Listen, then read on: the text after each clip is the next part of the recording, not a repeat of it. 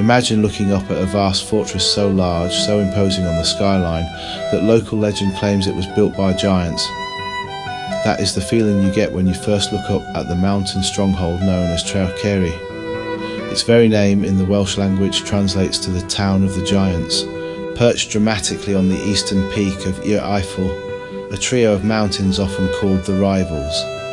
On the beautiful Llŷn Peninsula in northwestern Wales, Tre'r Ceiri stands as one of the largest and most spectacular and arguably the best preserved of the stone-built Iron Age hill forts in all of Britain.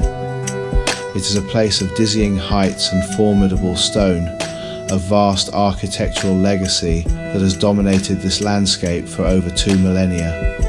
This wasn't just a simple defensive refuge, it was a flourishing, heavily fortified settlement, a powerful community that, whether used year-round or seasonally, appears to have outlasted the peak of the Roman military occupation and continued to thrive during the political transformations of post-Roman Britain.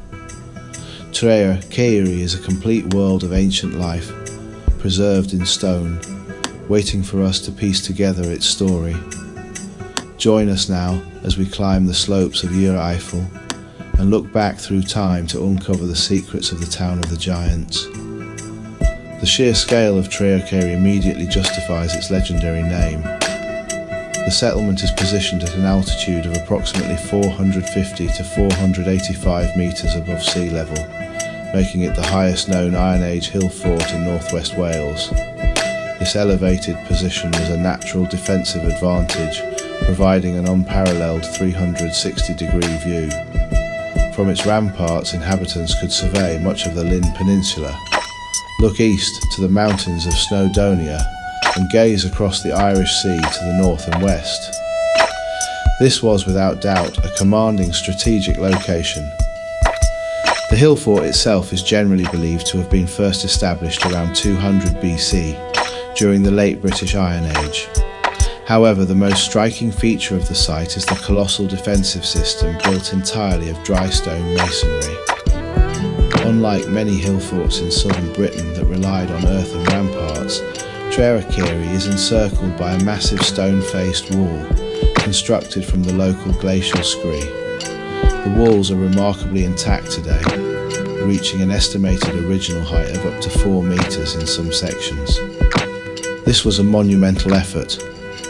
Archaeological modelling suggests that, despite the local irregular stone, the wall could have been built relatively efficiently. It has been estimated that a focused workforce of perhaps 100 men could have completed the 620-metre circuit of the main wall in a matter of months.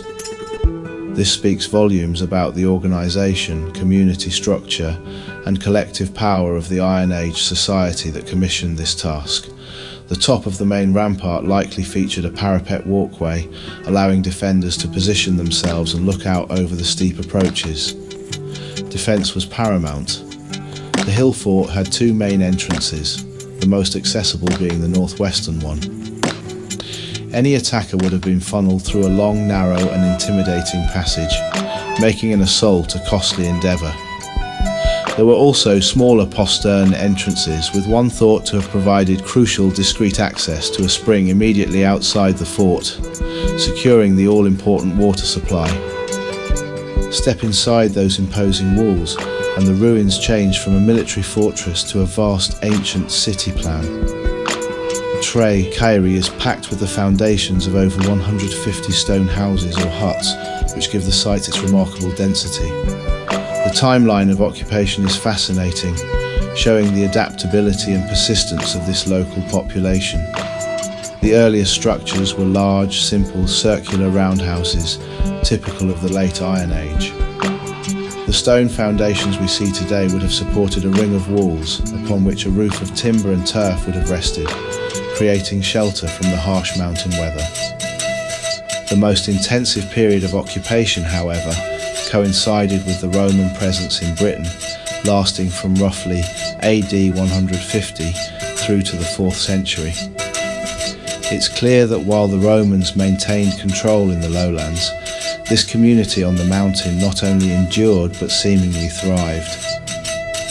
During this peak period, Estimates suggest the population may have reached as many as 400 people. The question of its residency is one of the most engaging debates about Tre'r Ceiri.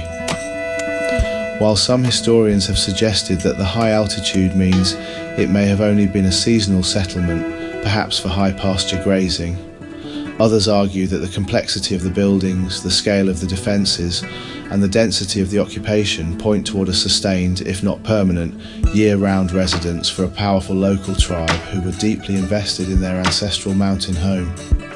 The archaeology of Tre'r Ceiri paints a vivid picture of a people caught between two historical eras. Excavations have uncovered artifacts that reflect both their traditional life and their contact with the Roman world.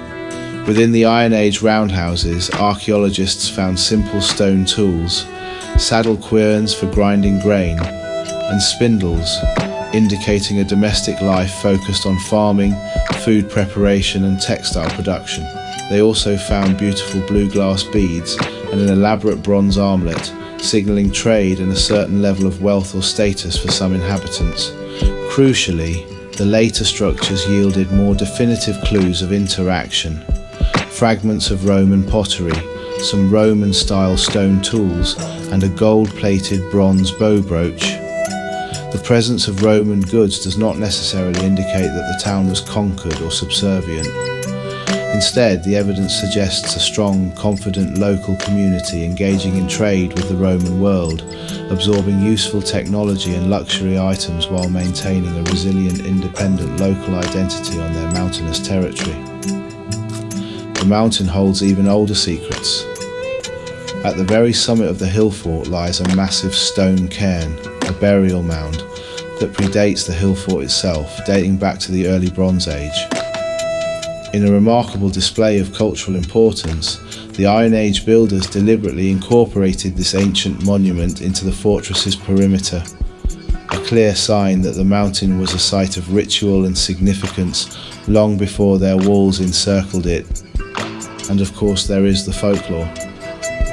The town of the giants name is deeply rooted in local tradition, and the site is also connected to the dramatic, often told legends of Vortigern, the legendary British warlord of the 5th century who is said to have sought refuge in the nearby Mount Gurthern, or Vortigern's Valley. Tre'r Ceiri was eventually abandoned sometime in the 4th or 5th century AD. This was a period when Roman authority was withdrawn and political power became decentralized across Britain, leading to major transformations in settlement patterns. The stone walls, however, remained, preserving the traces of the community within. If you ever find yourself on the Llŷn Peninsula, the challenging climb to Tre'r Ceiri rewards you with one of the most complete and haunting experiences of ancient Britain available anywhere. It is a place of history, a place of legend, and truly the timeless town of the giants.